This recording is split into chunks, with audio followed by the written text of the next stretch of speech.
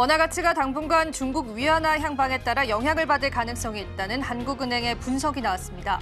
과거 이 영향은 원화 절상 국면보다 절하 국면에서 더 크게 나타났고요. 2023년 말 이후 원화와 위안화의 동조화 국면이 지속되는 것으로 식별된다며 이같이 전망했습니다.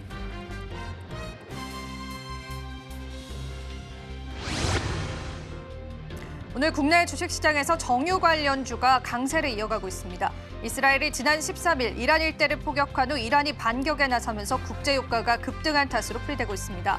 한국석유는 유가증권 시장에서 전거래일 대비해서 23%나 올라서면서 21,200원에 거래되기도 했고요. 흥구석유 역시도 오늘 상승세를 나타냅니다. 오늘 네이버의 주가가 움직이고 있습니다. 이재명 정부의 AI 미래기획수석에 하정우 네이버 클라우드 AI 이노베이션 센터장이 임명됐다는 소식이 전해지면서 네이버의 주가가 강세를 나타내면서요. 현재 구간에서는 2.9%의 상승률을 나타냅니다.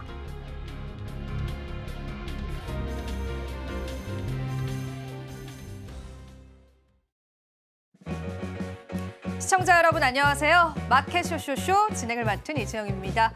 자, 오늘 국내 증시는요. 오후장 들어서 그 탄력이 더욱더 두드러지면서요. 시장의 상승을 나타내고 있습니다. 지정 확정 리스크가 불거지고 있긴 하지만 그래도 코스피, 코스닥 지수 모두 다 강한 모습 보여주고 있는데요. 일단은 오후장 들어서 지금 현재 지수 상황들 같이 한번 살펴보도록 하겠습니다. 오늘의 코스피 지수 같은 경우에는요. 2,900선을 다시금 회복해주면서 2,927포인트를 나타내고 있고요. 코스닥 지수는 현재는 0.8%의 상승률을 나타내고 있습니다. 오전장에는 다소 시장의 수급이 쩌그라들었었는데 다시금 상승세를 나타내면서 양지수의 강한 모습들 현재 포착되고 있고요. 실적 모멘텀을 가진 종목군들 위주로의 매수세가 좀 몰리면서요. 우리 지수를 견인해주고 있다는 거 확인되고 있습니다. 자세한 시장 상황은요. 저희가 잠시 뒤에 다뤄드리도록 하겠습니다. 자, 저희 방송 오늘 같은 경우에는 새로운 코너로 인사드리는데요. 돈의 흐름을 보면 금융시장이 보인다. 머니플로우. 오늘은 ISS의 김태성 본부장님께서 시장을 보는 다양한 투자 전략들 함께해드릴 예정입니다. 또 저희 방송은 다양한 채널 통해서 시청하실 수가 있습니다. 많은 참여와 소통 부탁드리도록 할게요. 저희 방송 제공해드리는 정보는요. 투자 판단에 대한 조언일 뿐입니다. 가치 판단과 상승 하락을 보장하고 있지는 않다는 점 다시 한번 유의 부탁드리겠습니다. 자, 그렇다면 지금 현재 시장 상황 자세히 한번 살펴보셔야겠죠. 정민경 캐스터가 준비하고 있습니다. 바로 한번 시장 상황 살펴보시죠. 네, 머니플로우 시간입니다. 지금 이 시각 투자의 큰손들의 시선은 어디를 향해 있는지 저와 함께 만나보시죠. 먼저 외인이 사들이고 있는 종목부터 살펴보도록 하겠습니다. 가장 먼저 SK 하이닉스를 많이 사들이고 있는데요. HBM4 출하의 속도를 내면서 외인들도 하이닉스를 크게 담아내고 있습니다. 현재 1,800억 원가량을 담아내고 있고요. SK 하이닉스는 현재 4.8%가량의 상승 움직임 보여주고 있습니다. 또한 외인들은 오늘 완성차 업체들도 크게 사들이고 있습니다. 현대차와 기아를 사들이고 있는데요. 현재 많이 오르고 있지는 않지만 그래도 보합권에서 움직이고 있는 흐름 보이고 있습니다. 현대차와 기아는 관부가세 부과와 관련해서 최근 큰 힘을 내지 못했는데요. 외인들이 오늘 완성차 업체들 크게 사들이고 있는 흐름 확인하실 수가 있습니다. 다음으로는 하나와 HD 현대미포를 사들이고 있고요. 현재 2%대 그리고 1%대 강세 흐름 보이고 있습니다. 이어서 기관들이 사들이고 있는 종목도 바로 만나보시죠. 가장 많이 사들이고 있는 종목은 하나오션입니다. 하지만 하나오션 현재는 약보합권에서 움직이고 있고요. 84,500원 선을 지나가고 있습니다. 다음으로 파마리서치도 만나보시죠. 파마리서치는 네 번째로 많이 사들이고 있는 종목인데요. 인적 분할 결정에도 불구하고 실적과 밸류에이션에 대한 증권가 호평과 함께 주가는 상승 흐름을 보여주고 있습니다. 현재는 기관이 460억 원가량의 물량을 담아내고 있는 흐름 보실 수가 있는데요. 가장 많이 상승을 하고 있습니다. 현재 6%가량의 상승 움직임 보여주고 있고요. 다음으로 LIG 넥스원과 한국항공우주도 상승하는 흐름 보여주고 있습니다. 지금까지 머니플로우 브리핑 만나보셨고요. 이어서 전문가의 시선은 어디를 향해 있는지 김태성 본부장님과 함께 이야기 나눠보겠습니다. 네, 오늘의 머니플로우 여러분들과 함께해 주실 분 소개해드리겠습니다. ISS 김태성 본부장님 모셨습니다. 어서 오십시오. 네, 안녕하세요. 네, 저희가 일단은 지금 네. 시장 상황을 좀 짚어보면 좋겠습니다. 네. 현재 시장 상황 어떻게 보고 계신지 진단부터 들어보겠습니다. 일단 두 가지를 여러분들이 오늘 장 마치고 나서 꼭 체크를 해주셔야 될 것 같습니다. 일단 첫 번째, 지난 주말 사이에 굉장히 많은 이야기들이 사실 우리나라 증시에 부담으로 작용이 될 가능성이 높다고 많은 투자자분들이 생각을 하셨을 것 같습니다. 그럼에도 불구하고 오늘 우리나라 증시가 강한 이유는 SK 하이닉스를 필두로 하는 반도체 IT에 외국인들의 이제 수급이 굉장히 많이 들어와서인데, 여기서 이제 제가 체크를 좀 했으면 하는 부분은 오늘 장 마감하고 나서 외국인들의 현물 포지션을 어떻게 보면 해지를 할 수 있는 수단으로 선물 매도 포지션을 잡을 것인지, 아니면 옵션 시장에서 풋옵션을 잡을 것인지, 이 부분을 좀 보셨으면 좋겠어요. 만약 SK 하이닉스를 필두로 반도체 IT에 외국인의 수급이 들어오면서, 그리고 이제 선물 매도 포지션도 없고 풋옵션도 없다면 지금 외국인들은 조정이 나와도 우리나라 증시는 앞으로 위로 더 갈 수 있겠다라고 판단을 하는 것일 수 있으니까 이 부분을 꼭 체크를 하셨으면 좋겠다는 생각이 들고 있고, 두 번째로는 지난주 금요일 날 우리나라 지수가 약했을 때 가장 약했던 섹터가 어디냐라고 하면 제약 바이오를 아마 많이들 기억하실 겁니다. 일단 오늘 지수가 좋으니까 그날 약했던 게 살짝 기억이 안 나실 수는 있는데, 그 부분을 조금 생각을 하셔서 오늘 제약 바이오 쪽으로 장 마감 이후에 외국인 혹은 기관 투자자들의 수급이 얼마만큼의 회복세를 보여줬는지도 꼭 체크를 하셔야 될 것 같아요. 만약 첫 번째도 괜찮고 두 번째로도 제약 바이오 쪽으로의 어떤 수급이 회복되는 모습을 보인다면 우리나라 증시는 지금의 중동 리스크가 호르무즈 해협을 봉쇄하는 최악의 선택만 하지 않는다라고 하면 중동 리스크는 중동 리스크에서 끝날 가능성이 높다. 이렇게 지금 보는 경향들이 많은 것 같거든요. 그래서 이 두 가지를 꼭 체크를 하셨으면 좋겠다는 의견을 드려보도록 하겠습니다. 네, 지금 현재 시장 자체도 너무나 비관적인 부분에서 어느 정도는 그 비관적인 시선들이 조금 무마된 게 확인이 됩니다. 말씀해주신 최악의 시나리오까지는 시장이 다가오지 않을 것이다라고 보는 분석들이 있는데요. 그만큼 저희가 지금 시장 상황에 맞는 전략들 이어가겠습니다. 앞서서 저희가 순매수에 관해서 이야기를 드렸는데요. 일단은 외국인 순매수 탑5부터 살펴볼 텐데요. 다시 한 번 더 화면으로 만나보겠습니다. 오늘의 외국인 순매수 탑5입니다. 이 중에서 저희가 세 가지 종목 정도 짚어보면 좋을 것 같은데, 앞서서 시황 때 언급했던 것처럼 SK하이닉스 쪽 네. 오늘 정말 강세입니다. 5% 강세 나타내는데요. 모멘텀들 한번 체크해 볼 수 있을까요? 참 SK 하이닉스가 이렇게 좋은데 반대로 삼성전자가 약하니까 참 복잡한 미묘한 저희 속상합니다. 개인적인 심정도 있다는 이야기를 한번 드려보면서, 일단 SK 하이닉스가 오늘 강한 이유는 두 가지입니다. 일단 첫 번째로 가장 먼저 나왔던 뉴스는 HBM4 12단에 대해서 지금 일부 샘플의 어떤 제품들이 엔비디아로 벌써 출하가 되고 있다는 뉴스가 나왔죠. 이제 두 번째로는 굉장히 속상한 이야기이긴 하지만 지금 삼성전자는 계속해서 안 되는 해인 것 같고, SK 하이닉스는 뭐를 해도 되는 해인 것 같아요. 그러다 보니 지금 삼성전자는 엎친 데 덮친 격으로 HBM에 대한 좋은 이야기가 나왔음에도 불구하고 고객사가 AMD라고 하는 또 실망감, 그리고 가전제품은 여전히 잘 팔리고 있었는데 또 가전제품에 대해서도 관세를 또 매겼다는 또 하나의 불편함, 그런 것들이 삼성전자의 지금 주가에 어떻게 보면 상승의 힘을 계속 억누르는 모습들이 나오는 것 같아요. 그래서 이제 삼성전자로 들어가야 될 힘들이 SK 하이닉스 쪽으로 저는 집중돼서 들어오고 있는 오늘이 아닌가라는 의견 한번 들어보도록 하겠고요. 전체적으로 지금 엔비디아가 쉬어가고 있는 상황 속에 미국 테크 기업들이 돌아가면서 순환매를 지금 나타내고 있습니다. 그만큼 AI와 데이터 센터, 그리고 이제 그로 인해서 HBM 고부가 가치 제품의 어떤 영업 마진율은 계속해서 올라갈 수밖에 없고 수요도 높아질 수밖에 없다, 이렇게 좀 보시면 될 것 같아요. 저희가 엔비디아 이야기를 계속 어떻게 보면 잘 따라오면서 많이 이야기를 드렸죠. 처음 1분기 때 우리가 이야기했던 가장 불편함은 뭐였냐면, 과연 2분기 가이던스를 충족시킬 만한 이벤트가 있을 것인가, 이게 가장 큰 고민이었지 않습니까? 그런데 지난 4월 말 트럼프가 대통령이 되고 나서 처음으로 방문한 나라가 중동이었고, 중동에 특히나 사우디아라비아 쪽으로 HBM을 굉장히 많이 팔고 왔다라는 이야기가 있기 때문에 이로 인해서 2분기 가이던스도 역시나 큰 걱정 없이 지나가고 있는 상황. 그럼 2분기도 잘 팔았는데 3분기, 4분기는 또 하나의 모멘텀을 어디서 찾아야 되느냐? 지금 또 미국과 중국의 관계가 생각보다 지금 빠르게 또 진전이 되고 있는 상황이다 보니까 그로 인해서 어떻게 보면 테크 기업들의 매출은 크게 걱정할 필요 없다. 이게 지금 투자자들의 시장 심리가 아닐까라는 생각이 들거든요. 그래서 SK 하이닉스 쪽으로의 외국인의 수급은 조금은 더 쏟아질 가능성이 높다는 생각이 들고 있고요. 이렇게 되면 작년 7월 달에 기록했던 24만 8,500원. 저는 이번 주 안으로 돌파할 가능성도 굉장히 높아 보인다. 이렇게 좀 말씀드려보도록 하겠고, 만약 25만 원대 돌파하면 많은 투자자분들의 마음은 또 이제 어디로 향할 거냐면, 그럼 30만 닉스 드디어 보나요? 라고 생각을 하실 것 같은데, 30만 닉스까지는 시기와 속도는 모르겠습니다. 하지만 30만 원까지 갈 확률은 지금 어떻게 보면 가장 높은 확률로 저는 갈 수 있지 않겠는가라는 의견 드려보도록 하겠습니다.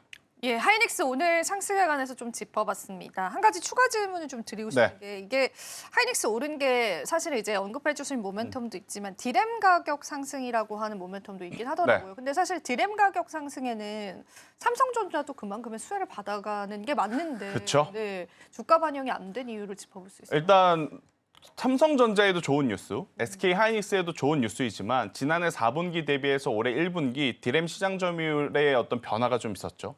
1위였던 삼성전자가 2위로 밀려났고 2위였던 SK 하이닉스가 당연히 1위로 올라섰기 때문에 누가 보더라도 SK 하이닉스가 똑같은 뉴스에 똑같은 수혜를 받아도 더 큰 돈을 벌 가능성이 높다고 보시면 될 것 같고, 또 2위도 안전한 2위가 아닌 것 같습니다. 마이크론의 시장 점유율이 작년까지만 하더라도 15% 언저리였거든요. 근데 올해 1분기에 시장 조사를 보니까 많이 보는 곳은 25에서 26%까지도, 그리고 아무리 적게 보더라도 22%, 그러니까 작년 대비 한 5에서 7% 정도 올라온 상황. 그렇기 때문에 삼성전자는 좋은 뉴스임에도 불구하고 이런 불확실성들이 더 크게 와닿는 그러한 순간이라서 삼성전자가 지금은 어떻게 보면 수급에 문매를 맞고 있는 상황이긴 하지만, 길게 본다면 저는 삼성전자도 당연히 올라올 가능성이 높다는 생각이 듭니다. 시기의 문제, 그리고 포모 현상에 시달릴까 봐 그 걱정의 문제이긴 하겠지만, 우선 힘이 강하고 당장 우리가 봐야 될 것은 SK 하이닉스인 것 같고요. 그래도 길게 본다면 삼성전자도 절대 놓아서는 안 된 종목. 우리나라 지금 코스피 3천 간다, 5천 간다 이야기 하잖아요. 3천, 5천 가려면 삼성전자 이대로 있으면 가주셔야죠. 못 갑니다. 그래서 삼성전자도 움직여야 되기 때문에 삼성전자에게도 우리가 관심은 가지고 있어야 된다는 의견을 드리도록 하겠습니다. 예, 이렇게 해서 하이닉스 쪽 순매수 상위 소화를 해봤다면요. 다음은 저희가 현대차, 기아차 같이 묶어서 이야기 나눠보면 네. 좋겠습니다. 오늘 주가 상승 미비하긴 합니다. 언제쯤 또 바닥 구간을 잡아줄 수 있을지 어떻게 보실까요? 일단 현대차와 기아 그리고 자동차 쪽의 수급이 외국인들 위주로 들어온 게 오늘 하루만이 아니에요. 지난주 옵션 만기일부터 슬슬 외국인들의 수급이 들어왔는데, 사실 들어온 이유로 보이는 명확한 명분은 저는 없어 보입니다. 왜냐하면 자동차 같은 경우에는 두 가지가 해결돼야 되거든요. 첫 번째, 우리나라 현대차 정의선 회장이 그 어떤 나라보다, 그 어떤 기업보다 가장 빠르게 미국의 가장 큰 금액으로 투자해서 공장을 짓겠다라는 이야기를 했음에도 불구하고 자동차 섹터 전체의 관세를 매긴다 했었을 때 현대차를 빼주지 않았어요. 아직 해결되지 않는 관세 이야기가 하나가 있고요. 두 번째로는 여전히 피크아웃에 대한 우려감을 좀 우리가 가지고 있다는 거죠. 그러니까 올해 1분기만 하더라도 중국과 미국의 관계, 또 트럼프의 관세 발언 때문에 언제 자동차 가격이 더 오를지 모르니 일단 미리 사둬야겠다라는 소비 심리가 굉장히 많았었거든요. 그로 인해서 1분기보다는 조금 하향 안정화된 판매량. 그래서 이제 많은 투자자분들이 사실 어떤 명분을 좀 들이밀고 강력하게 매수하기에는 굉장히 지금 약한 모습을 보이고 있긴 해요. 하지만 주가가 올라가니까 그래도 한번 굳이 이유를 꼽아보자면 저는 주주 환원 정책과 배당에 대한 매력도가 지금 시장에는 있는 것 같습니다. 결국 지수가 어지러울 때, 그리고 전개가 안 좋을 때, 그리고 글로벌적으로 여러 가지 변수가 많을 때 작년 말부터 올해 우리나라 증시의 어떤 중심을 잡아주는 게 지주사, 주주 환원 이러한 부분이었기 때문에 저는 오늘 자동차주들이 나름 좋은 위치를 잡아주는 것은 그에 따른 어떤 기대감, 기대 심리 때문이 아닌가라는 생각이 들어요. 대신에 주가가 여러분들이 생각하는 것만큼 변동성을 보이려면 판매량이 늘어야 되기 때문에 이 부분을 꼭 체크를 해보셨으면 좋겠다는 의견을 한번 드려보도록 하겠습니다. 관세 리스크는 여전히 가져간다라고 보시면 되고요. 밸류업과 배당에 관한 매력도 있기 때문에요. 그런 모멘텀들까지 챙겨보시면 좋겠습니다. 자, 그러면 외국인 순매수 탑5 종목 계속 이어가 보겠습니다. 이번에는 HD, 현대, 미포 쪽 얘기를 좀 나눠보고 싶은데요. 일단은 뭐 실적 기대감들 얼마 전에 나왔다라는 게 확인이 되고 있는데 지금 현재는 1%가량 좀 상승을 합니다. 네. 간단히 좀 짚어볼까요? 뭐 엔진을 포함해서 기자재까지 다 했었을 때 조선주들은 지금 버릴 거리가 없다는 표현이 맞는 것 같습니다. 우리가 이제 올 초에 뭐 여전히 뭐 방산주들이 강하긴 합니다만 올 초 1분기 때 방산주를 바라봤던 시각 그대로 지금 조선주들이 그 바톤을 제대로 이어받고 있는 상황이라고 좀 보시면 될 것 같은데 중동의 불안을 우리가 가장 직접적으로 확인할 수 있는 요소가 뭐냐라고 하면 WTI 유가 선물 지수입니다. WTI 유가가 또 오르게 되면 대체 에너지라고 불리우는 LNG, LPG, 신재생 에너지 관련주들이 당연히 또 반사 수혜를 받을 수밖에 없는 상황. 여기에 지금 조선 같은 경우에는 미국의 트럼프가 정말 본격적으로 어떻게 보면 미국 내에서 다시 일으키고 싶어하는 산업 중에 하나인 것 같아 보이거든요. 그렇기 때문에 수주도 계속 쌓여가고 있고 또 이제 가장 또 걱정이 되었던 게 두 가지였습니다.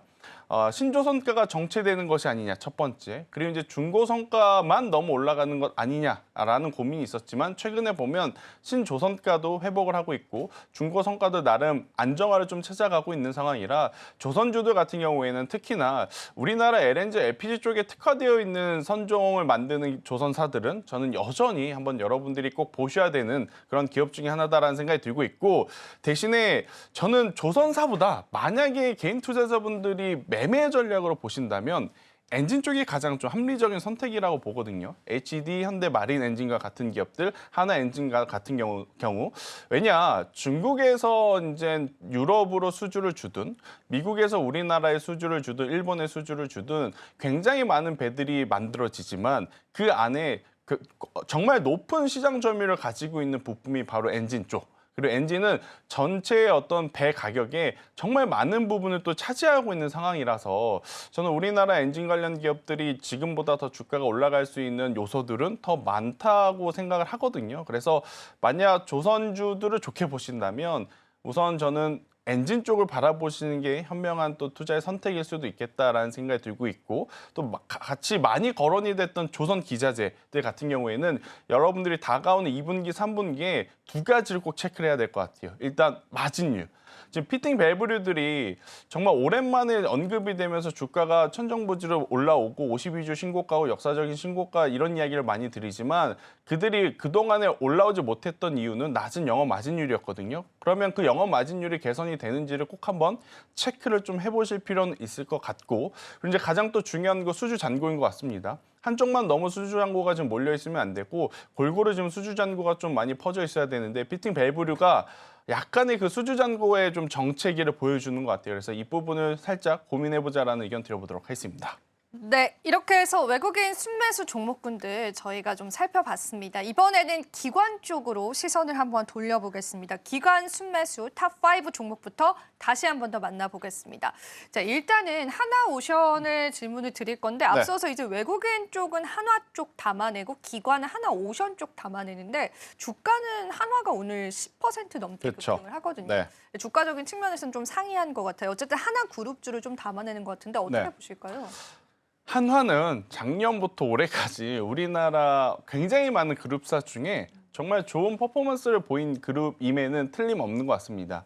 뭐 여기저기 굉장히 많은 계열사가 최근 글로벌 시장에서 일어나는 모든 일에 많이들 관여가 되고 있는 상황인 것 같아요. 하나오션 같은 경우에는 필리조선사에 대한 이야기도 빼놓고 이야기할 수는 없겠죠. 그러니까 조선업에 대한 관심도도 높아지고 있는 상황 속에 또 하나그룹에서 내세울 수 있는 가장 강력한 무기는 뭐냐라고 하면 결국 방산이지 않습니까?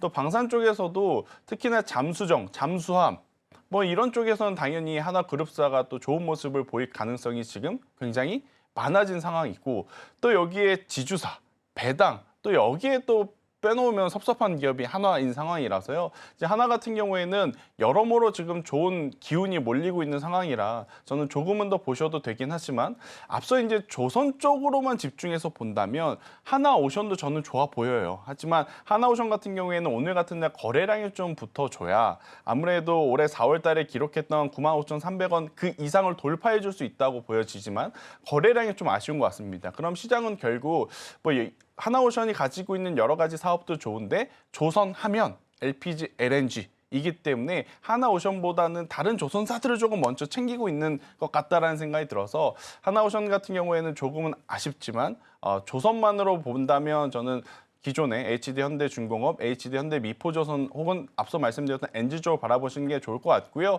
저는 만약 방산과 연관해서 본다라고 하면 저는 충분히 하나오션보다는 하나시스템, 하나에어로스페이스를 더 보시는 게 맞지 않겠는가? 아니면 그 해결책을 모두 해줄 수 있는 게 한화 지주사이기 때문에 한화로. 한화를 보는 게 가장 어떻게 보면 현명한 판단할 수 있겠다는 의견 드리겠습니다. 하나 그룹주 내에서도 우리가 또 전략들을 다르게 가져가 봐야 될 것 같습니다. 어떤 전략이 중요한지 기관 순매수를 통해서 알아봤고요. 그리고 이어지는 또 순매수 탑5 종목 중에 이야기 나눌 건 파마 리서치 쪽 보려고 합니다. 얼마 전에 인적 분할 이슈가 있었는데 그 이후에도 오늘 장에서도 강한 모습들이 좀 나와주고 있어서 인적 분할 악재라고 볼 수는 없는 건가 이런 생각도 좀 들고 어떻게 보실까요, 전망들을? 아니 이건 저의 소신 발언입니다. 사실 인적 분할은 물적 분할보다 더 낫다는 평가를 받고 있는 게 현재의 어떤 트렌드이지만 저는 파마 리서치가 인적 분할 이후에 하고자 하는 행보를 여러분들이 꼭 한번 보셨으면 좋겠어요. 단순히 인적 분할과 물적 분할 비교를 해서 인적 분할이니까 파마 리서치의 지금의 어떤 흐름들이 나쁘지 않다 이렇게 보는 게 아니라 인적 분할한 다음에 뭐 한다 그랬냐면 현금 출자에서 모회사와 자회사의 관계를 만들겠다 그랬거든요. 그러면서 파마 리서치 홀딩스와 파마 리서치가 생겨나는. 그러니까 지금 현재 시장에서 가장 경계하는 게 뭐냐면 중복 상장입니다. 그런데 그걸 하겠다라는 것이라서 네. 이게 물적 분할을 안 했다 그래서 지금 과연 지금의 인적 분할 이후에 현금 출자가 옳은 흐름인가? 이건 고민을 좀 해보셔야 될 것 같아요. 그래서 저는 파마 리서치 같은 경우에는 리쥬란이라고 하는 제품 하나만을 보면 정말 투자하고 싶죠. 저도 사실 올해 1월 달, 2월 달, 3월 달 중에 이런 생각합니다. 파마 리서치만 가지고 있었다면 내가 이것저것 지금 사고 팔 필요 없이 계좌가 굉장히 이제 우상향 되었을 텐데 하는 아쉬움이 있을 정도로 정말 좋은 모습을 1, 2, 3월 달뿐만 아니라 4월 달, 5월 달, 6월 지난주 수요일까지 보여줬지만 저는 인적 분할 이후에 현금 출자를 통해서 어떻게 보면 뭐 다양한 지배구조 개편을 한다는 파마 리서치는 지금 당장 어떤 조정을 조정을 이용하시는 것보단 약간의 기간이라든지 가격 조정 이후에 다시 한번 매수의 전략을 객관적으로 보고 평가를 하는 게 맞다. 지금 아마 많은 투자자분들이 워낙 사고 싶었던 종목이니까 그런데 또 급격하게 빠지다 보니 참지 못하고 아무래도 이제 즉흥적으로 또 단기 매매에 들어가신 분들이 저는 많다 생각을 하거든요. 그런데 기업의 가치의 어떤 문제 그리고 이제 가치에 대한 시각의 견해차를 좀 두고 봐야 되는 이슈이라서 저는 덥석덥석 지금의 가격을 이용해서 적극적으로 매수하기보다는 조금 더 지켜보시면서 이게 과연 주주들을 위한 입장인가 아니면 그들만을 위한 절차인가 이걸 고민해볼 필요는 있겠다라는 의견을 드려보도록 하겠습니다. 예, 파마 리서치 쪽에 관한 인적 분할에 관한 본부장님의 시선도 좀 체크를 해봤습니다. 여러분들도 잘 또 소화해 보셨으면 좋겠고요. 오늘 기관 순매수 마지막 종목군들 좀 나눠봐야 될 것 같습니다. 일단 LIG 넥스원, 한국항공우주 함께 묶어서 볼 수 있겠습니다. 오늘 방산주가 또 마침 강하잖아요. 네. 기관 순매수 탑5에 올라왔는데 참 계속 간다라는 생각이 좀 들어요. 전망 네. 어떻게 좀 각각 보실까요? 참 LIG 넥스원도 뭐 LIG 넥스원뿐만 아니라 하나 에어로스페이스도 현대 롯데도 계속 갑니다. 또 안 갈 수도 없고 그렇다고 또 계속 갈 수도 없는 어려운 위치이긴 한데 지난 러시아 우크라이나 전쟁에서 포인트는 드론 공격이었고 또 이번에 이란과 이스라엘의 물리적 거리 때문에 아마 많은 분들이 전면전은 현실적으로 좀 어렵고 계속 이제 유도 공격 미사일들이 날아다니고 무인기가 서로 공격하고 그러한 모습을 보이니까 자연스럽게 방산 플러스 드론주들이 더 각광을 받고 있는 현재 시장인 것 같거든요. 저는 방산주도 오히려 이번 사태만 없었다면 꾸준히 우상향할 가능성이 높다는 생각을 해요. 그런데 이번에 작금의 어떤 중동 사태 때문에 갑작스럽게 변수와 테마로 한번 움직여서 시세가 났기 때문에 저는 오히려 가지고 계신 분들이 일정 부분은 현금을 조금 한번 챙겨보시는 역발상적인 전략을 들여보도록 하겠고요. 그렇다고 해서 무너진다, 꺾인다라기보단 추후에 조정이 나오면 그 조정을 이용해서 다시 사도 저는 괜찮은 쪽이 방산 쪽이다라는 생각이 듭니다. 단순히 기대감 때문에 사이가 안 좋아서 올라가는 것이 아니라 실제로 지금 러시아 우크라이나 사태, 지금 중동의 사태 때문에 많은 나라들이 방위비는 줄이지 않고 늘리고 있는 상황이 현실이에요. 그렇기에 저는 LIG 넥선 같은 경우에는 약간의 트레이딩 전략이 조금 더 현실적으로 맞지 않겠는가라는 의견을 제시드려보도록 하겠습니다. 예, 이렇게 해서 기관 순매수 탑5 종목 중에서 우리가 또 분석 받아볼 만한 그런 종목군들 이야기 나눠봤습니다. 오늘 시장 자세히 알아봤는데요. 우리가 또 긴 시간 동안 함께해 주신 본부장님 또 오늘 감사의 말씀 드려보겠습니다. 고맙습니다. 우리가 시장 수급에 집중하는 동안 우리 시장의 변동성이 있었습니다. 과연 어떻게 시장 달라졌는지 지금 이 시점에서 점검해 볼 텐데요. 정민경 캐스터가 준비하고 있습니다. 지금의 시장 상황 한번 살펴보시죠. 네, 지금 이 시각 시황 상황 알아보도록 하겠습니다. 먼저 지수 살펴보시면요. 장 초반에 하락하기도 했던 우리 시장, 장 후반 들어서 계속해서 상승폭을 키워나가고 있습니다. 현재는 2,900포인트 선을 지나가고 있고요. 1%대 강세 흐름 보여주고 있습니다. 이어서 코스닥 지수도 바로 만나보시죠. 네, 이어서 코스닥 지수도 만나보도록 하겠습니다. 코스닥 지수는 1%대 강세 흐름 보여주고 있고요. 역시나 오후장 들어서 계속해서 상승폭을 키워나가고 있는 상황입니다. 현재는 1.14% 상승을 하면서 777포인트 선 지나가고 있습니다. 다음으로 수급 상황도 바로 만나보시죠. 네, 먼저 유가증권 시장에서는 외인이 물량을 크게 출회를 하고 있습니다. 현재 2,300억 원 가량을 덜어내고 있는 모습 확인하실 수가 있고요. 개인은 이거를 연속으로 물량 담아내고 있습니다. 2,000억 원 넘게 담아내고 있고요. 기관은 오후장 들어서 포지션을 바꿨습니다. 특히 금융투자를 중심으로 순매수세 유입이 되고 있는 상황인데요. 현재는 164억 원 담아내고 있습니다. 이어서 코스닥 시장의 매매 동향도 만나보시죠. 네, 이쪽에서는 개인이 물량을 크게 출회하고 있습니다. 현재는 1,300억 원 가량을 덜어내고 있는 상황이고요. 외인과 기관은 나란히 매수 우위 보이고 있습니다. 외인은 특히 1,000억 원 넘게 물량 담아내고 있습니다. 이어서 시가총액 상위 종목들의 흐름도 만나보시죠. 네, 혼조세를 보이고 있습니다. 특히 반도체 투탑, 향방을 다르게 하고 있는 상황인데요. 삼성전자는 현재 1%대 낙폭을 보이면서 57,300원 선을 지나가고 있고요. SK하이닉스는 상승하고 있는 흐름 보여주고 있습니다. 현재 외인들의 매수에 힘입어서 4% 넘게 상승을 하고 있습니다. 현재 24만 원 선을 지나가고 있는 상황입니다. 또한 오늘부터 바이오 USA 2025에 참가하는 삼성 바이오로직스, 이 참가와는 다르게 주가는 힘을 내주지 못하고 있는 상황입니다. 약보합권에서 거래 이어나가고 있고요. 현재 0.6%가량의 하락 움직임 보여주고 있습니다. 또한 LG 에너지 솔루션도 1%대 약세 보이고 있고요. 오늘 방산 섹터가 강한 가운데 하나 에어로스페이스 2%대 강세 흐름 보이고 있습니다. 이어서 코스닥 시장의 시가총액 상위 종목들도 바로 만나보시죠.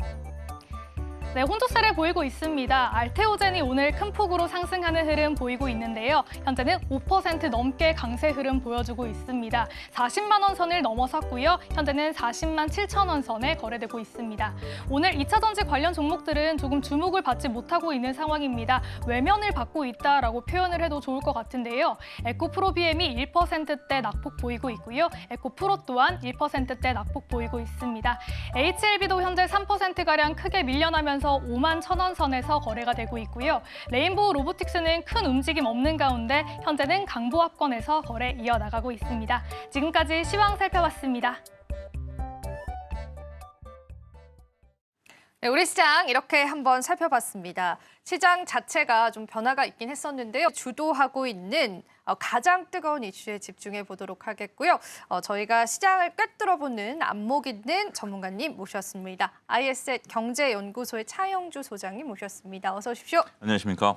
네, 오늘 전문가님이 직접 엄선한 관전 포인트 바로 만나보도록 하겠습니다. 집중 마켓 포인트 같이 한번 얘기를 나눠볼 텐데요. 자, 오늘의 집중 마켓 포인트의 헤드라인 바로 한번 좀 열어보겠습니다. 오늘의 헤드라인 바로 한번 열어주시죠. 네, 오늘의 헤드라인입니다. 멈추지 않는 포성, 증시의 긴장 타볼까라는 그런 헤드라인인데요. 첫 번째 마켓 포인트, 굉장히 다양한 궁금증이 생깁니다. 소장님, 어떻게 또 시장 보고 계실까요?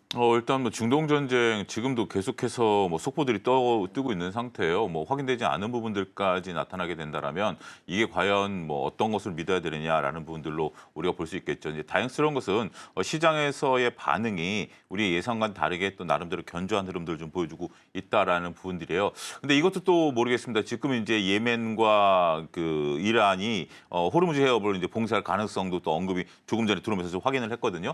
그런 부분들은 이제 좀 나타나는 부분들이기 때문에 일단은 뭐 시합화가 좀 뭉치게 되면 이 부분에 대해서 순위파인 사우디는 빠진다 하더라도 가능성이 있다라고 봐야 되겠죠. 근데 아직까지는 우리가 1990년 걸프전 이후에 그다음에 몇 차례 이제 상황 속에서도 호르무즈 해협이 봉쇄된 경우는 없었거든요. 그러니까 이제 우리가 4차 중동 전쟁일 때는 온 아랍이 이제 이스라엘을 이제 공격을 했을 때고 걸프 전쟁 이후에는 각각의 나라들이 이제 전쟁을 하는 상황이기 때문에 이 부분은 좀 어렵죠. 또 한 가지 좀 얘기가 나오는 게 지금 미국 5함대가 현재 지금 그 페르시아만에 진입해 있는 상태입니다. 항공모함 한 대가 그 안에 들어가 있는 상태인데 만약에 그렇게 된다라면 미국이 또 참전해야 된다라는 요소로 봐야 되겠죠. 또 한 가지 지금 현재 이란의 원유의 약 70%가 중국으로 수출이 되고 있습니다. 그러면 중국 입장에서도 이 부분을 좀 막기는 어려울 것이다. 자, 정리하자면 이렇습니다. 호르무즈 해협이 막힐 가능성은 조금 어려워요. 근데 일단 지금 중동 전쟁에 대한 부분들이 그러면 격화일로로 가느냐라는 부분들을 놓고 본다라면 이 부분도 지금으로서는 격화 쪽으로 가기는 좀 쉽지 않을 것이다. 왜냐하면 두 나라 사이에 존재하고 있는 이라크와 시리아가 있습니다. 이들 같은 경우 시아파와 수니파가 같이 있는 것인데 지금 여기를 통과하지 않는 한 지상전은 어렵죠. 그러면 결국 미사일과 전투기를 통한 전쟁을 벌여야 되는데 이것도 비용이 많이 들어가거든요. 그렇기 때문에 그런 부분 지금 현재 이란이 여기에 대해서 막대한 전비를 좀 쏟아부을 수 있는 상황들이 아니기 때문에 글쎄요. 일단 뭐 이번 주 아무래도 G7 회담도 좀 열리고요. 그것이 좀 분수령이 될 것으로 보여지고 있고 현재 외국인들 포지션이나 국내 주식시장 그다음에 이제 글로벌 주식시장을 놓고 본다라면 그렇게 크게 조금 걱정하는 것은 기후에 지나지 않는가 이렇게 좀 말씀드릴 수가 있겠습니다. 사실 이제 걱정과 불안감이 많았는데 막상 우리 시장 뚜껑을 열어보니까 생각보다는 좀 견조하다라는 느낌이 들긴 합니다. 그래서 우리가 생각하는 것처럼 이제 걱정을 받는 수준이 아니다라고 말씀해 주셨는데 그래도 최악의 시나리오가 올 수 있는 가능성들도 소장님 좀 있진 않을까요? 근데 이제 이렇게 된다라면 지금 현재로서 최악의 시나리오는 이제 우리나라 경제 타격을 입는 거 아니겠습니까? 네. 두 나라가 정말 안타깝게도 뭐 인명 피해가 나던 뭐 어떤 것들이 나타난다 하더라도 우리가 지금 이제 이란과 저쪽 가자 지구의 분쟁에 있어서도 글로벌리 그렇게 영향이 크지는 않았어요. 그러니까 러시아 우크라이나 전쟁에는 여기에 이제 여러 가지 것들이 이제 얽매여 있고 유럽 경제가 타격을 받는 부분들이 있었습니다만 이스라엘과 가자 지구 문제에 있어서도 우리가 상당히 많은 것들을 우려했음에도 불구하고 그렇게 큰 문제가 되지는 않았죠. 단지 이번에 우리가 좀 관심을 갖는 것은 이란산 원유에 대한 부분들이죠. 이란산 원유가 아무래도 석유화학 제품에 굉장히 특화되어 있는 부분들이고 우리도 만약에 이란산 원유가 수입이 안 되면 우리나라 석유화학 단지가 멈춰버립니다. 그러니까 이제 석유라는 게 다 똑같은 석유가 아니에요. 다 검어타라서 똑같은 게 아니라 그러면 뭐 이란산 원유 대신 뭐 미국산 원유로 들여오면 되는 거 아니냐? 미국산 브렌트유는 우리가 소위 말해서 휘발유를 만드는 데 특화돼 있지 석유화학 제품을 만드는 데 있어서 미국산 제품은 조금 어렵다라고 말씀드릴 수가 있겠거든요. 자, 이제 그런 부분들인데 그러한 부분들이 이제 되려면 결국 호르무즈 해협의 봉쇄죠. 근데 이 부분 또한 우리가 지금 너무 앞서 나가는 부분들이 아니겠는가. 이것을 봉쇄한다라고 한다라면 국제적인 어떤 압박, 그다음에 많은 비용들이 이제 들어가야 된다라는 측면이 있는데 현재 이란 경제가 미국의 오랜 또 탄압 속에서 그렇게 녹록치가 않습니다. 그런 부분들을 좀 감안하게 된다라면 최악의 국면 감안하긴 해야 되겠는데 이 부분에 대한 것들은 아직까지 우리가 예측의 영역이 아니라 대응의 영역이다라고 좀 말씀드릴 수가 있겠습니다. 준비는 해야 되지만 너무 서둘러서 여기에 반응하는 것도 조금 조심스럽지 않을까 말씀드릴 수가 있겠습니다. 네, 그런 또 시장의 뷰가 우리 시장에 오늘 펼쳐지는 것 같습니다. 그래도 2,900선 좀 지지를 해주고 있는 코스피 지수인데요.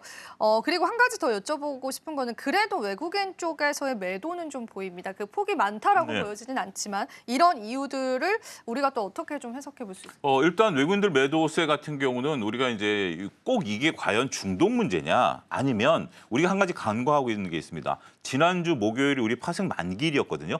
그렇기 때문에 파생 만기일 이후에 어떤 변화, 그러니까 이제 자 생각을 해보시면 금요일날 오전만 개장만 하더라도 중동전이 벌어질 때가 아니었어요. 그런데 금요일날 개장과 동시에 시장의 색깔이 기존 목요일보다는 확 바뀐 모습들이었었습니다. 주도주들이 안 가고 있고 삼성전자 여전히 못 가고 있는 그런 상태에서 오전에 중동전쟁이 터지면서 주가가 이제 확 끌어내리는 그런 모습들이 보였거든요. 그러면 현재 외국인들이 안 들어오는 이유가 중동 문제 때문이냐 아니면 우리의 이제 파생 만기일 이후에 포지션 변화냐라고 본다라면 저는 이런 것들이 맞물려 있다라고 봐요. 또 한 가지 지금 미국이 이번 주말에 파생 만기입니다. 미국이 또. 그러니까 미국인 입장에서 본다라면 많은 자금들이 기존의 포지션대로 묶여 있는 거예요. 자, 우리나라 같은 경우는 일차적으로 이재명 대통령이 당선됐었습니다만 그전 포지션을 이번 만기까지 끌고 왔고 미국 같은 경우 이번에 지금 뭐 중동에서 전쟁이 퍼졌습니다만 아직 글로벌 위기까지 변화되지 않는 부분들이기 때문에 그 포지션을 이번 그 주말까지 끌고 갈 가능성이 있거든요.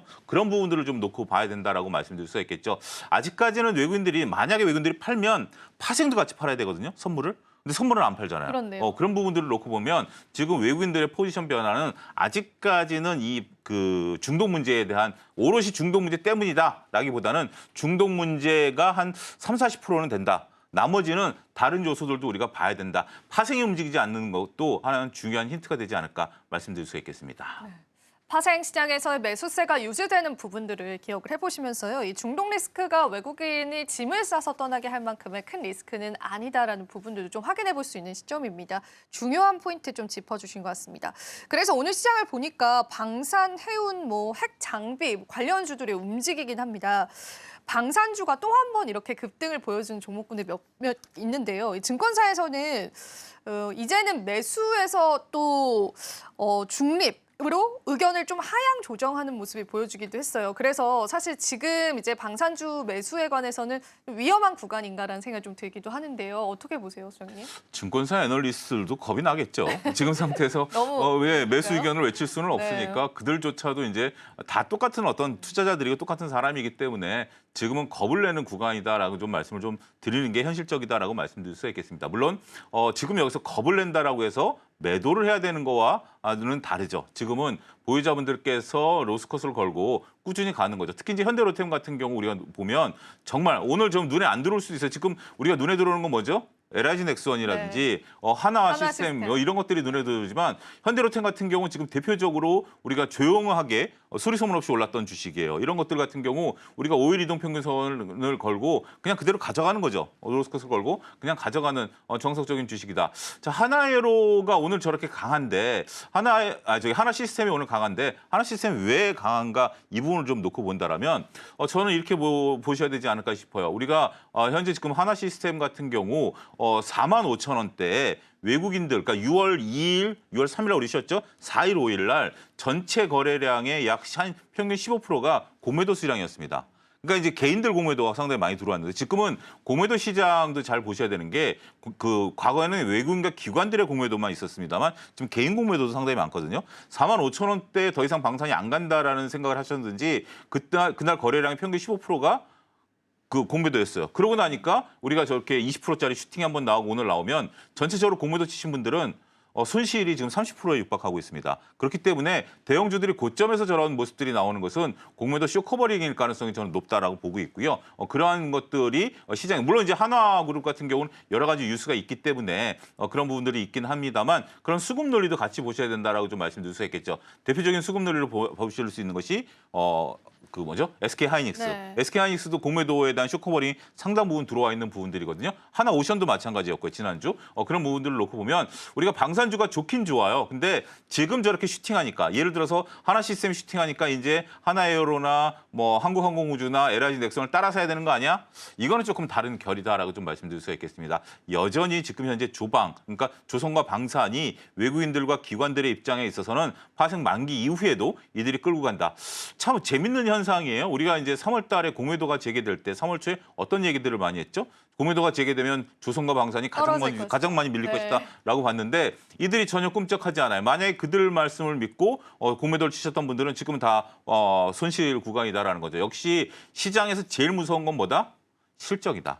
이들이 단순하게 고평가되었다라는 부분들로 보는 게 아니라 실적이 이렇게 무섭구나. 실적만 있으면 공매도가 어떻게 들어와도 상관이 없다. 지금 일부 섹터 같은 경우는 공매도가 두려워서 못했던 주식들도 있는데 아직도 못 오르잖아요. 근데 결국 실적이 안 되는 거잖아요. 그거는 실적이 안 되면 공매도가 두려울 수 있죠. 하지만 실적이 된다라면 내가 정말 성적이 잘 나왔으면 조금 놀다 집에 들어가도 부모님한테 혼날 일은 별로 없잖아요. 근데 성적도 안 좋은데 집에서 밖에서 놀다 들어오면 그건 당연히 혼나는 거 아니겠습니까? 지금 조선과 방산이 나름대로 우리가 좀 많이 오른 것이 부모님들 보시기에 좀 걱정스러워 보이긴 해도 여전히 엄마 나 성적 잘 나올 거야 라는 믿음을 주고 있는 대표적인 두 업종이 아니겠나 이렇게 설명드릴 수가 있겠습니다.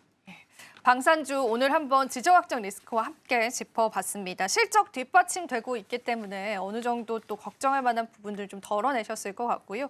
일단 계속되는 시장의 흐름들은 보셔야 될 것 같습니다. 자, 그러면 저희가 두 번째 마켓 포인트는 무엇일지 뉴스 브리핑 이어가겠는데요. 집중 마켓 포인트 두 번째 이슈 바로 한번 살펴보시죠. 자, 오늘의 두 번째 헤드라인입니다. 늘어나는 전력 소비, 밸류체인 동반 호조라는 헤드라인들 잡아봤습니다. 일단은 전력 소비 쪽을 좀 포인트로 잡고 얘기 나눠봐야 될 것 같아요. 선정하신 특별한 이유가 있으실 것 같은데요. 지금 이제 두산엘러비티 같은 경우 정말 뭐 거침없는 흐름들이 좀 이어지고 있는 것 같아요. 우리가 이제 이재명 대통령의 이제 전력 인프라 고속도로 이런 부분들도 있고, 근데 이제 우리가 이제 이런 부분들이 좀 특이한 점을 놓고 본다라면 제가 이제 2024년에 좀 봤었던 부분, 상반기만 하더라도 이제 SK 하이닉스를 주로 이제 부르짖었고, 그 다음에 이제 인공지능과 관련된 테마, 그리고 이제 2025년에는 전력의 해일 것이다라는 부분들을 많이 말씀드려왔어요. 근데 우리가 AI가 들어오면서 전력이 부족하다라는 부분들은 2024년부터 얘기를 했었습니다만, 자, 상대적인 거예요. 2024년에 전력과 관련된 종목들은 한 차례 상승한 이후에 별로 재미를 못 봤었죠. 그때 뭘 재미를 봤죠? 그때 당시만 하더라도 하이닉스, 한미반도체 이런 것들이 시장에 있어서 아웃퍼폼했었죠. 자, 우리가 이제 산업의 흐름을 놓고 본다라면 가장 먼저 움직이는 것이 하드웨어가 움직이는 거죠. 이러한 하드웨어와 소프트웨어가 같이 움직이는데 우리나라는 소프트웨어 기업보다는 하드웨어가 움직이고, 그 다음에 이제 될 수 있는 것들이 그때부터 준비해 오는 게 전력 인프라죠. 왜냐하면 전력 인프라 같은 경우는 우리가 환경 영향 평가라든지 아니면 허가를 받아야 된다라든지 여러 부분들이 있는데, 그런 걸 2024년 준비한 이후에 2025년에 본격적으로 개화가 됐다라고 좀 말씀드릴 수 있겠죠. 여기에 이제 더 우리가 상승 효과를 나타낸 게 글로벌 시각의 변화죠. 2024년 상반기만 하더라도 원전에 대해서는 설왕설래가 있었습니다. 우리가 그전 정부, 그러니까 만약에 우리가 그 문재인 정부 때부터 이제 나타났던 원전의 흐름이 꼭 문재인 정부만의 저는 문제라고 보이지는 않아요. 그때 당시만 하더라도 미국이라든지 유럽 모든 이제 글로벌 국가들이 탈원전을 외쳤었던 때고, 근데 탈원전을 지금 미국이나 유럽과 우리나라가 걷어들인 이유가 뭐죠? 인공지능 때문 아니겠습니까? 이제 그런 부분들이 이제는 다 같은 컨센서스 하나. 그러니까 지금은 미국도 원전한다, 유럽도 원전한다, SMR 한다라는 부분들에 대해서 이제 이걸 갖고 환경으로 따지는 얘기는 사라졌다라고 생각을 해요. 그래서 이런 부분들 때문에 대장주는 그럼 누굴까요? 두산엘러비티죠. 두산엘러비티가 무서운 것은 지금 그러니까 우리가 한전 관련주들처럼 미래에 대한 꿈, 그러니까 원전에 대한 꿈, 그다음에 우리가 그 전력 기기에 대한 꿈으로 하는 것이 아니라 이거 하나도 없어도 두산엘러비티는 지금 실적이 좋아요. 계속해서 실적을 만들어내가고 있는 거죠. 여기에 꿈까지 있는 주식이죠. 굉장히 무서운 거죠. 이런 부분들이기 때문에 두산엘러비티가 지금 대장주로 나서고 있고, 이와 관련해서 전력 인프라, 나머지 뭐 우리가 대한전선, 산일전기 이런 것들이 같이 앞서거니 뒤서거니 하면서 종목들이 움직이고 있는 이러한 모습들을 좀 보여주게 된다라면 전력과 관련된 부분들은 우린 꾸준히 가져가야 된다. 자, 전력과 관련된 부분들은 너무 그렇게 왔다 갔다 하실 필요는 없다라고 보여집니다. 저 같은 경우 주식을 샀다 팔았다 하면 제 몸무게 맞지 않겠죠. 그냥 묵직하게, 전력 같은 경우도 기기 자체가 워낙 묵직하지 않습니까? 그냥 뭐 포트폴리오 상에서 사서 묻어두면서 수익을 창출할 수 있는 그러한 부분들이다라고 좀 말씀드릴 수가 있겠어요. 그래서 그렇다면 지금 좀 늦은 거 아니야?라는 부분들에 있어서는 저는 어떠한 주식이든지 늦은 주식은 없다라고 생각을 합니다. 왜냐하면 보통 이제 뭐 그렇다면 올라가는 주식들은 지금 뭐 사지 않으면, 만약에 내가 마음에 든다라면 지금 사지 않으면 지나고 나면 껄껄껄 주식이 되는 거죠. 그렇기 때문에 항상 로스컷을 걸고 언제라도 내가 원한다라면 분할 매수, 로스컷 두 가지 원칙만 지킨다라면 어떠한 주식이라도 못 살 구간은 없다. 그것을 오히려 매수를 기다린다라고 한다 해서 조정이 나온다라고 한다라면 그거는 다른 문제의 또 부분이지, 나한테 매수 살 기회를 주는 것이 아니라 정말 조정이 나오는 부분들이다라는 부분들을 보셔야 될 것 같아요. 대표적으로 증권, 건설 보시면 언제 살까요? 저런 것들 조정되고 나면 정말 이제 진짜 조정이지, 네. 그걸 살 기회다라고 보시면 안 될 것 같아요. 근데 아직까지 전력 인프라와 관련해서는 그 가장 주식 시장을 저도 이제 오래 있으면서 굉장히 재밌는 게 뭐냐면, 실적과 꿈이 있는 것이 굉장히 보기 드문 현상인데, 이렇게 실적과 꿈이 같이 있는 대표적인 게 현재 지금 전력 관련주들이다, 이렇게 설명을 드릴 수가 있겠습니다. 네. AI 시대가 촉발한 이 전력 수요라는 시나리오 속에서 새로운 또 에너지원 관련한 관련주들이 상승을 하고 또 전력 설비와 또 전력 기기 관련주들까지도 시장에서 부각을 나타내고 있습니다. 오늘 시장의 흐름 보면은 이 전력 설비 쪽이 좀 강한 것 같습니다. 변압기 관련주들도 좀 움직이는 느낌인데요. 증권사에서 효성중공업 쪽에 관한 긍정 리포트들도 좀 나오긴 하더라고요. 그래서 이런 이제 변압기와 같은 전력 설비 관련주 중에 조금 유망하게 보는 기업들이 있다면 몇 가지 짚어주실 수 있을까요? 효성중공업을 지금 본다라는 것은 상당히 좀 그죠. 쉽지는 않죠. 예. 그런데 저는 이제 변압기도 변압기지만 변압기로 본다라면 뭐 물론 우리가 LX 일렉 같은 경우 상당히 좋고 현대 일렉트릭 이런 부분들도 현재로서는 다 충분히 매수 가능 구간에 있다라고 말씀드릴 수 있겠죠. 근데 이거는 하나의 어떤 뭐 이렇게 단락단락 그러니까 변압기 그다음에 전선 그다음에 이제 신재생 이런 것들이 아니라 저는 신재생이 나타나게 되면 신재생에서 나왔던 전원을 ESS에 저장을 해야 되고 그렇죠. 왜냐하면 신재생이라는 것은 풍력과 태양광 같은 경우는 우리가 전력을 사용하는 시간과 전력이 발생되는 시간이 다르죠. ESS 장치로 보관을 해야 되고 이것을 변압기를 통해서 그 전력을 송배전을 해야 되고 여기에 전선이 들어가고 저는 이래서 한 세트라고 봅니다. 이게 지금 근데 다행스럽게도 우리나라 기업들이 글로벌 유수의 어떤 기술력을 가지고 있다라는 점 상당히 좋고요. 그렇기 때문에 여러분들이 지금 눈여겨보시고 새로운 어떤 종목보다는 대장주는 두산엘러비티죠. 두산엘러비티를 못 사서 효성중공업이라든지 현대일렉트릭이라든지 LX 일렉을 사는 게 아니라 눈은 두산 에너빌리티를 보면서 나머지는 현대나 LS 쪽으로 좀 보셔야 된다라고 좀 말씀드릴 수 있겠죠. 그다음에 우리가 좀 봐야 되는 것은 대한전선 같은 전선주죠. 이런 부분들을 라고 본다라면 꼭 원전 쪽에서 보면 뭐 한전 KPS나 뭐 이런 쪽들을 보긴 해야 되겠습니다만 아직까지 원전은 조금 먼 미래죠. 먼 미래이기 때문에 제가 말씀드렸던 이런 메커니즘을 가지고 종목들을 구분해서 들어가시는 것도 하나의 방법이 되지 않을까 말씀드릴 수 있겠습니다. 네, 사실 지금 우리가 효성중공업과 같은 또 기업들의 매수를 한다라는 건 좀 부담감이 있기 때문에요. 조금 더 이제 시장의 시선을 좀 넓혀보는 전략들도 중요할 것 같습니다. 앞서서 잠깐 언급해 주셨는데 네. ESS 쪽도 사실 좀 궁금하거든요. 네. 이게 왜 또 시장에서 각광을 받는지 좀 체크해 보시죠. 근데 우리가 이제 ESS 같은 경우는 지금 이제 여러분들 지금 이제 방송을 보고 계시는데 방송국에도 ESS 장치가 있어요. ESS는 두 가지로 효용이 됩니다. 하나는 비상전원, 그러니까 갑자기 전기가 나갔을 때 전원을 유지하는 것들이고요. 또 하나는 이제 전기를 보관하고 있는 부분들이죠. 근데 제가 말씀드렸던 것 지금 이제 우리가 그 기업체들이 갖고 있는 ESS는 이미 다 포화 상태에 있기 때문에 근데 이제 우리가 ESS를 쓸 수 있는 것은 이제 두 가지죠. 하나는 풍력과 관련된 부분들이고 또 하나는 이제 전기차 관련해서 스테이션, 그러니까 충전 스테이션 뭐 미국 같은 경우는 사막 한가운데 거기까지 전선 깔 수는 없잖아요.